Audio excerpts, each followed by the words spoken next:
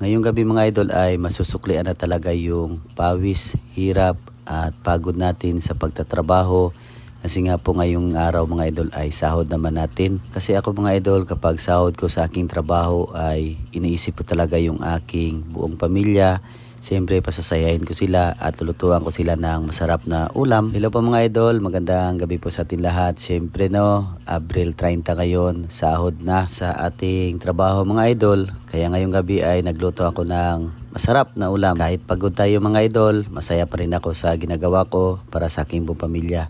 Ito, nagisa ako ng mga ricado tulad ng tanglad, sibuyas at maraming luya mga idol, at wala na po yung kamatis at nakadepende po sa inyo mga idol kung lagyan nyo po. At pagkatapos ng ilang minuto mga idol, ito ay kumulo naman at syempre tinimplahan ko na mga idol.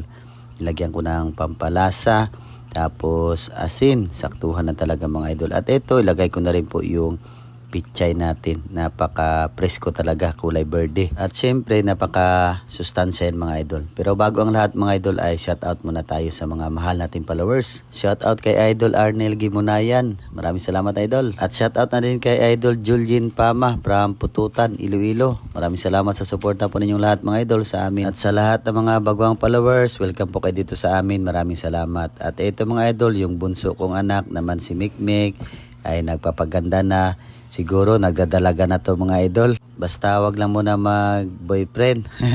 Tapusin mo na yung pag-aaral. At ito mga idol ay pagkatapos na naluto, no, nag-ano tayo ng daing, bulad o tuyo. Masarap kasi ito mga idol kapares, ang bulad at tuyo sa sinabawan natin. Tulad nito ang karning manok. At syempre, nagtulong na rin si Ate Gwen. Nilinisan niya yung lababo namin mga idol.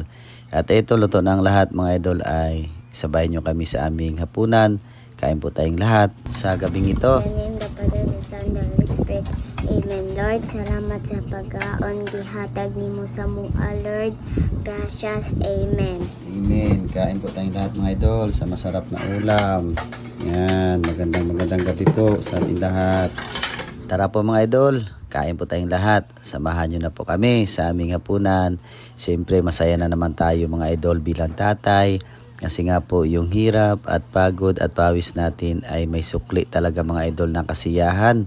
Tulad nito, pinasaya ko yung aking buong pamilya sa simpleng luto ko lang po mga idol, na nagustuhan po nilang lahat kahit sakto-sakto lang talaga yung sahod ko mga idol sa aking trabahoan para sa aking pamilya. At maraming salamat pala sa lahat ng mga OFW na lagi nakasuporta sa amin.